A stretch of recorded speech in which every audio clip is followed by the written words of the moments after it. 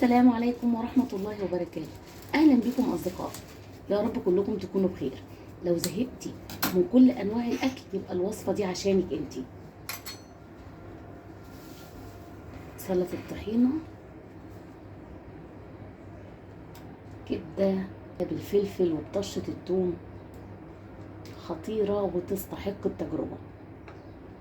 طبعا الأكل بيبقى أمزجة، حضرتك بتحبي تاكليها في فينو، بتحبي تاكليها في عيش، الطريقه اللي انت بتحبي تاكلي بيها الكبده اكيد هي دي الطريقه المناسبه.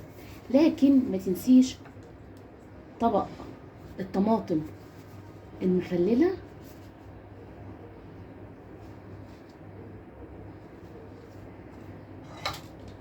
وانزلي عليها بالكبده يا جماعه. خطيره تسويه الكبده عشان توصلي الكبده مستويه من غير ما تشد ولا تجلد معاكي. كل دي اسرار موجوده على مطبخ اكله وسهريه. لكن وانتي بتعملي الكبده اوعي تنسي سندوتش العيش اللي ممكن ننزله في الكبده بالشكل ده ونحط فيه شرايح الكبده بالشكل ده.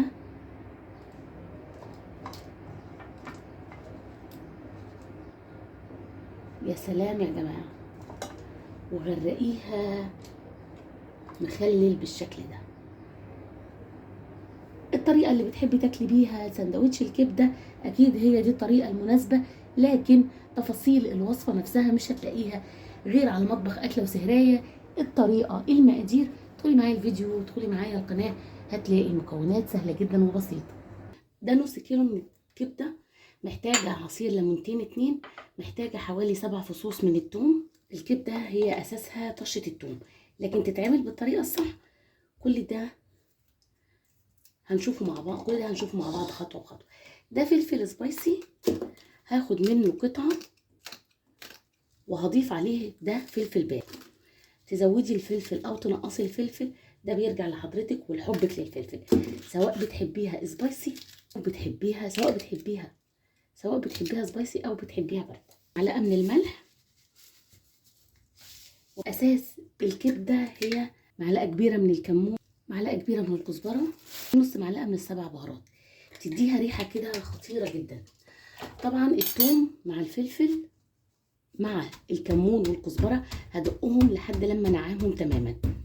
الدقه دي هي اساس الاكله، هنعمل بيها سلطه الطحينه، هنعمل بيها تتبيله الطماطم اللي بتيجي مع سندوتشات الكبده، هنعمل بيها طشه الكبده، فهي الاساس في الاكله بتاعتنا. اضيف عليها معلقه من الخل وعصير ليمونتين 2. هقلب الدقه دي كلها مع بعضها بالشكل ده.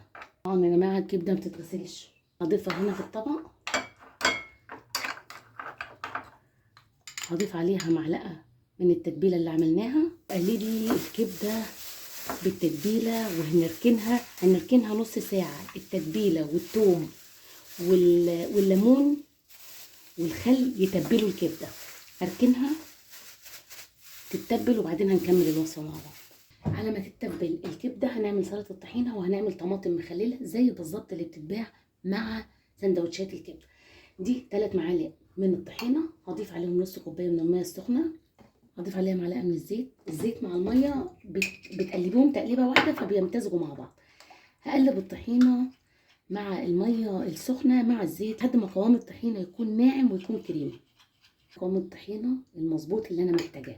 طبعا خفيفه بتزودي طحينه، تقيله بتخفي بالميه. انا قلت لك ان الدقه دي هي بطل اكلتنا النهارده، فانا هاخد منها نص معلقه اضيفها على الطحينه. هزود على الطحينه كمون، الكمون بيزيدها حلاوه.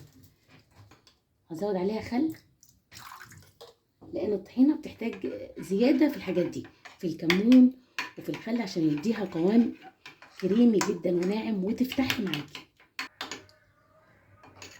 خطيره.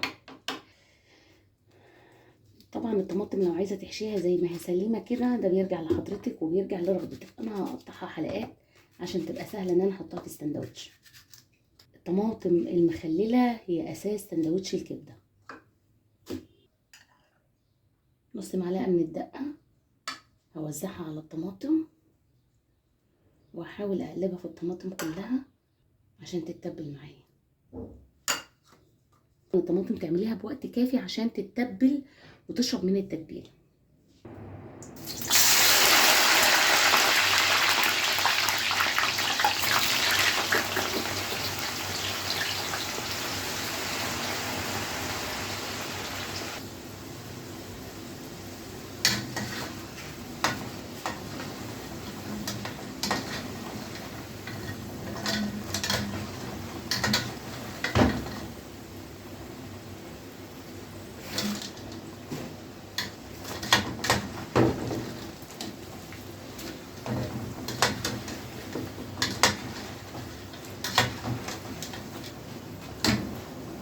طاسه على النار هنحط فيها شويه زيت محترمين، لان احنا مش هنشوح الكبده، احنا هنقليها في الزيت.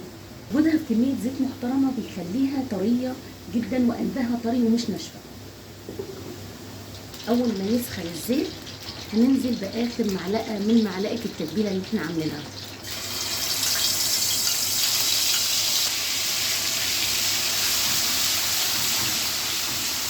شمي الروايح الخطيره وانزلي بالكبده، لكن ما تنزليش بيها مره واحده.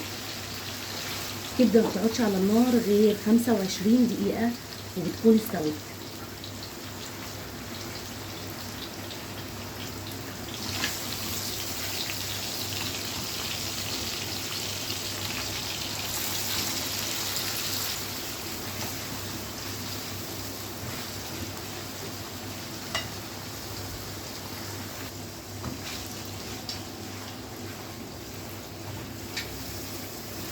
قبل ما تطفي ب5 دقايق هننزل بميكس فلفل سبايسي وفلفل بارد او نوع واحد بس زي ما بتحب. هقلبه دقيقتين، مش هخلي الفلفل لونه يغير، عايزاه بيقرمش. هقلبه دقيقتين وكده اجمل. عايزه اوريكي لونها وعايزه اقول لك شمي ريحتها عامله ازاي، خطيره. هسيبها دقيقتين 2 وبعد كده الكبده بقت جاهزه. 25 دقيقة هي تسوية الكبدة، شايفة ما تجلدش معاكي وما تنشفش. 25 دقيقة كافية جدا انها تعمل اجمل طاسة كبدة في الوجود، والريحة خطيرة.